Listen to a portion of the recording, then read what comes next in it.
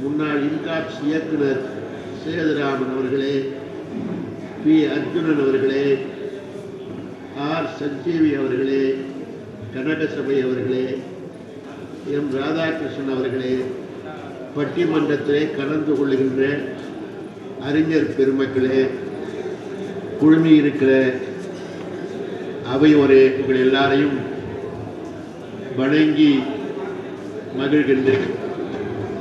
இந்த பட்டிமன்றத்தை முன்னிட்டு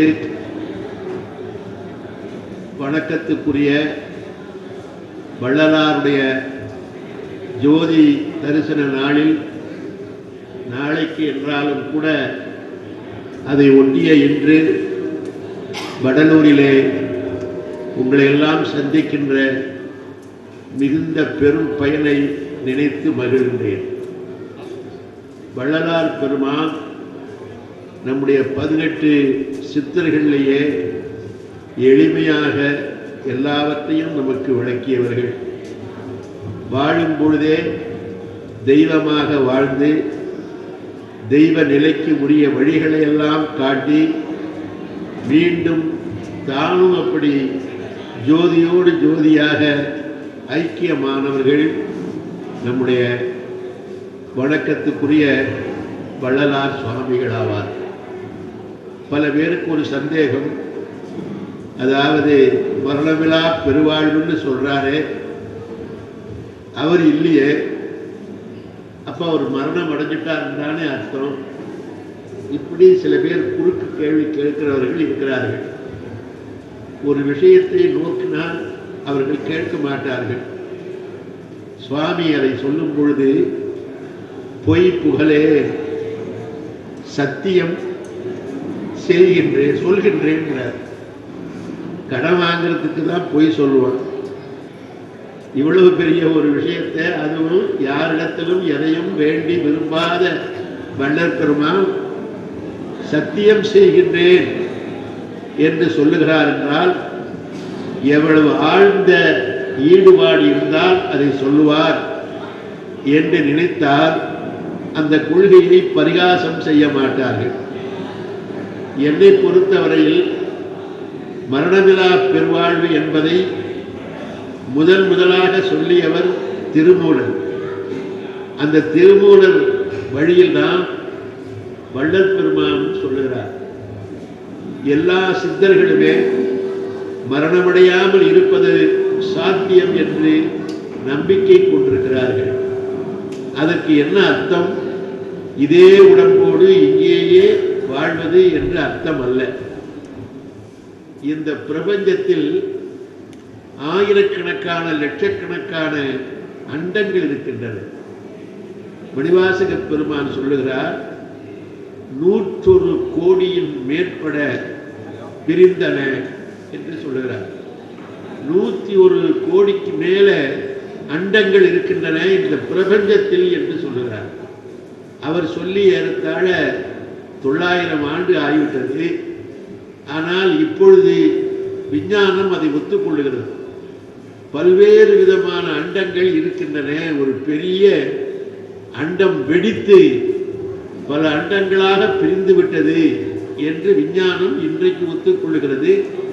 அதை மணிவாசக பெருமான் அன்றைக்கு சொன்னார். சைவ சித்தாந்தத்திலும் இதே மாதிரியான கருத்து உண்டு. அவைகளுக்கு புவனங்கள் என்று பெயர்.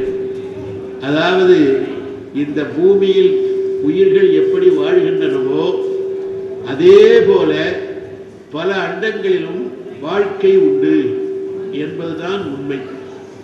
அதை இப்படி யோசனை பண்ணி பாருங்க.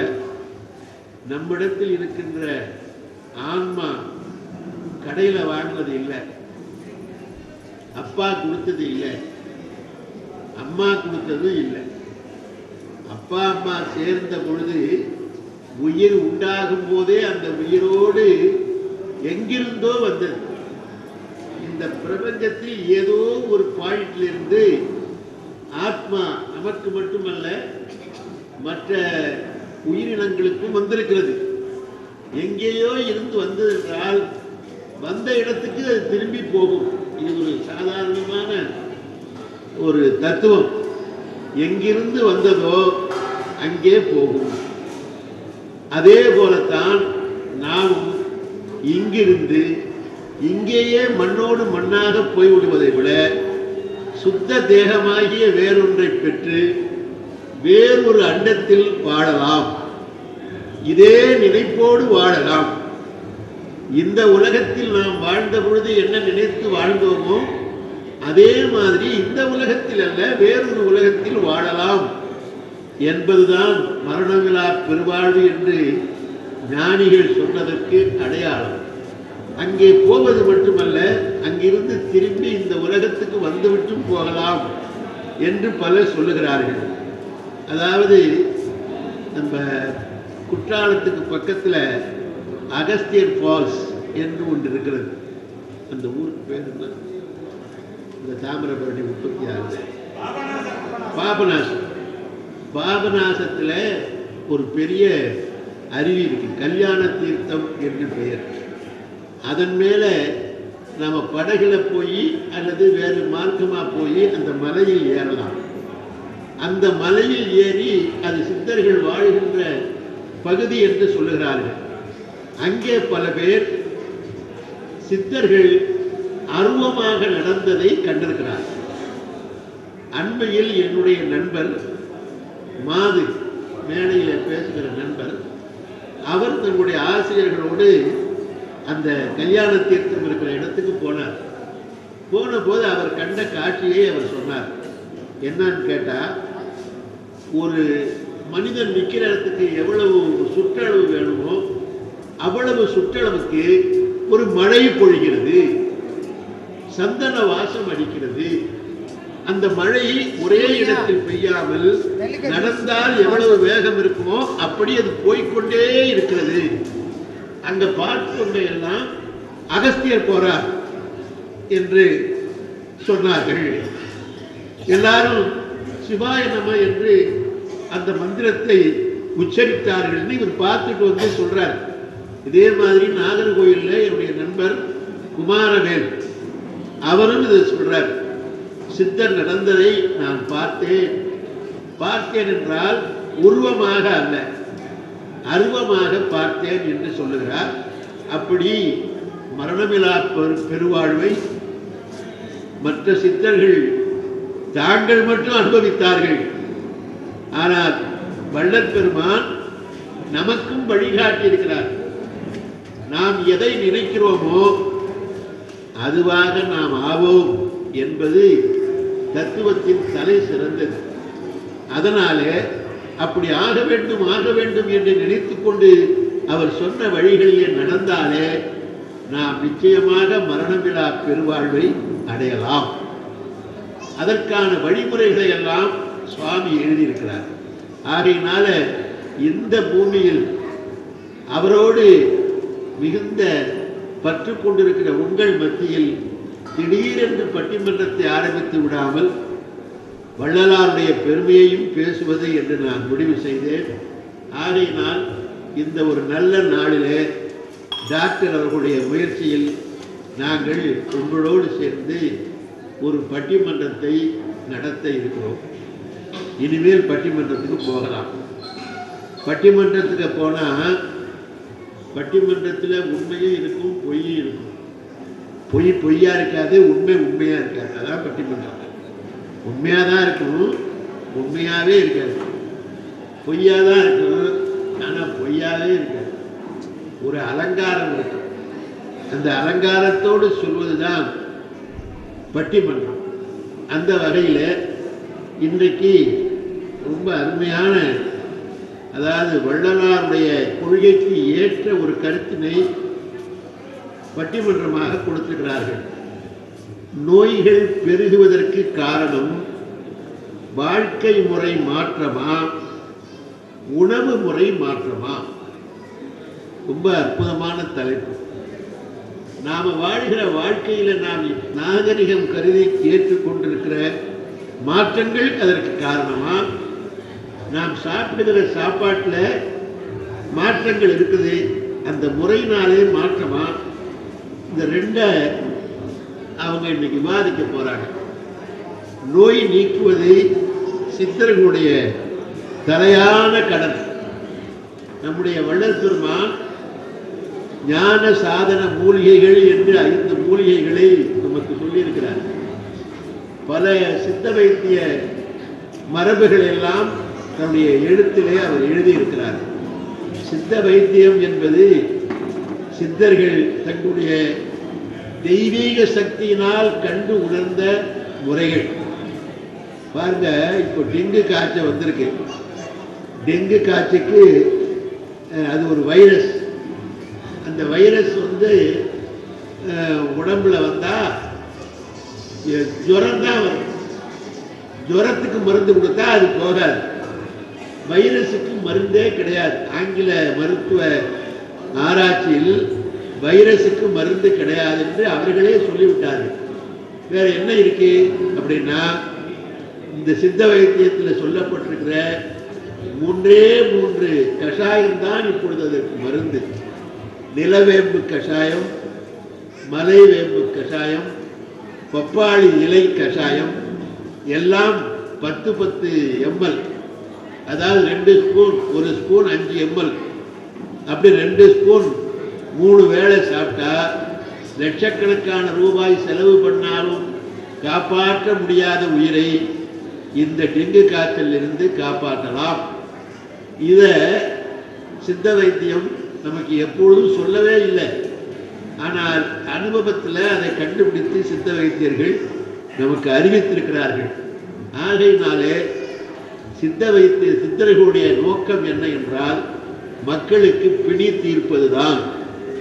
பிணி வேற, நோய் வேற. இப்போ காலையில் தலைவலிக்குது, திடீர்னு மயக்கமாக இருக்குது, இதெல்லாம் நோய். அது போயிடும், கொஞ்ச நேரத்தில் தானாக போயிடும். ஒரு வேடிக்கை ஒன்று சொல்லுவாங்க. அதாவது சளி பிடிச்சிக்கிட்டா 7 நாள் வரைக்கும் அது போகாது. மருந்து சாப்பிட்டா 1 வாரத்தில் போயிடும். எப்படி? 2 ஒன்று தானே. 7 நாளும் 1 வாரமும் ஒன்று தானே. அதுக்கு என்ன அர்த்தம்? சளி பிடிச்சா போகாதுன்னு தான் அர்த்தம். அது மாதிரி அந்த வகையில் பல்வேறு, அதுக்கு பேர் நோய். ஒரு குறிப்பிட்ட காலத்தில் இருந்துவிட்டு மறைகின்ற ஒரு உபாதைக்கு நோய் என்று பெயர். பிணி என்றால் பிணித்து விடுவது, உடம்பை பற்றி கொள்வது. நம்முடைய ஜீன்ஸ்லேயே அது இருக்கும். புற்றுநோய் எப்படி வருது என்றால் அவங்க ஜீன்ஸில் அதுக்கு காரணம் இருக்கு. அந்த ஜீன்ஸ் தான் அதுக்கு காரணம். அது நாம் மட்டுமில்லை, ஆங்கில வைத்தியத்தில் ஆராய்ச்சி செய்தவர்களே ஜெனட்டிக் என்று அந்த வார்த்தையை பயன்படுத்துகிறார்கள். ஆக இதை நம்முடைய சித்த வைத்தியம் என்ன சொல்லுகிறது? கர்மவியாதி என்று சொல்லுகிறது. நீ செய்த கர்மத்தினால் உனக்கு அந்த வியாதி வருகிறது என்று சித்த வைத்தியம் சொல்லுகிறது. அது மாதிரி இந்த சித்த வைத்திய தொடர்பாக நோய்கள் பெருகுவதற்கு காரணம் என்ன? நான் சொன்னது டெம்பரவரியாக வருகிற உபாதைக்கு நோய் என்று பெயர், உடம்போடையே எப்போதும் இருப்பதற்கு பிடி என்று பெயர். ஆனால் இந்த 2ஐயும் சேர்த்து இங்கே நோயின்னு எழுதியிருக்காங்க. இவங்க சொல்லியிருக்கிறது நோய் வேற பிடி வேற பிரித்து எழுதலை. எல்லாவற்றையும் நோய் என்ற பொது வார்த்தையினாலே சொல்லியிருக்கிறார்கள். அந்த மாதிரி அதை நீக்குவதற்கு என்ன காரணம் என்பதை தெரிந்து கொள்ளத்தான் இந்த பட்டிமன்றம் இருக்கிறது. ஒரு பெண்ணு என்ன பண்ணா, ரயிலில் அவசரமாக ஏறுறதுக்காக ஓடினா, போகும்போது சாப்பிட்றதுக்கு ஏதாவது வாங்கினமேனு சொல்லி ஒரு குட்டே பிஸ்கட் வாங்கினான். குட்டே பிஸ்கட்டை வாங்கிட்டு ஏறிட்டா. லோயர் பெர்த், கடைசி கீழே உள்ள பெர்த்தில் போய் உட்காந்துக்கிட்டா, படுக்கலை. அதுக்கப்புறம் கொஞ்சம் நேரம் கழித்து ஒரு ஆள் வந்தான். அவனும் ரிசர்வ் பண்ணவன், அவனுக்கு அப்பர் பெர்த்து போல இருக்கு. அவன் அந்த இதே லோயர் பெர்த்தில் உட்காந்தான். இவன் உட்காந்துக்கிறதுலையே அவன் உட்காந்தான். அவன் அங்கே உட்காந்துக்கிறா, இவன் இங்கே உட்காந்தான். கொஞ்சம் நேரம் கழித்து அவன் என்ன பண்ணான், இந்த குட்டே பிஸ்கட்டுடைய பாக்கெட்டை திறந்து ஒரு பிஸ்கட் எடுத்து அவன் சாப்பிட்டான். இவளுக்கு அவளை பார்த்ததுமே, என்னடா நாம் காசு கொடுத்து வாங்கின பிஸ்கட்டை நமக்கு முன்னாலேயே நம்ம கேட்காம அவன் உடைச்சி நமக்கும் கொடுக்காம அவன் சாப்பிட்றானே அப்படின்னு அவளுக்கு கரு கரு கரு கருன்றா. சரின்னு இவ உரிமையோட ஒரு பிஸ்கட் எடுத்து சாப்பிட்டான். மறுபடியும் அவன் சாப்பிட்றான், மறுபடியும் இவனும் சாப்பிட்றான். ஒவ்வொன்றா ஒவ்வொரு பிஸ்கட்டு சாப்பிட்டோன்னு கடைசியா ஒரு பிஸ்கட்டு மிச்சமாகிடுச்சு. அந்த பிஸ்கட்டை அவன் என்ன பண்ணா, நீங்க சாப்பிடுங்க அப்படின்னு கொடுத்தான். அவளுக்கு ரொம்ப மகிழ்ச்சி, நம்ம பிஸ்கட்ல கடைசி பிஸ்கட்டையாவது கொடுத்தானே அப்படின்னு நினைச்சுக்கிட்டு தண்ணி குடிக்கிறதுக்காக தன்னுடைய பேக்கை திறந்தா அங்க தண்ணி பாட்டில் மட்டும் இல்லை, இவன் வாங்கின குட்டே பிஸ்கட்டு அங்கதான் இருக்கு. அப்ப இதுவரைக்கும் அவன் சாப்பிட்டது என்ன பிஸ்கட்டு? அவன் வாங்கின பிஸ்கட். அவன் வாங்கின பிஸ்கட்டை சாதாரண பிஸ்கட்டா நினைச்சுக்கிட்டு அவனை மனசுல திட்டிக்கிட்டு சாப்பிட்டுக்கிறான். இப்ப நாகரிகம் அவகிட்ட இருக்கா, அவங்கிட்ட தான் இருக்கு. இப்ப இந்த மாதிரி ஒரு பரபரப்பினால ஒரு செயல்ல ஈடுபடுறோமே, அது கூட ஒரு நோய் தான். அது மனத்தில் ஏற்படுகின்ற நோய். இது மட்டும் இல்லை, ஒருத்தன் ரயில்ல போனா அப்போ டிக்கெட்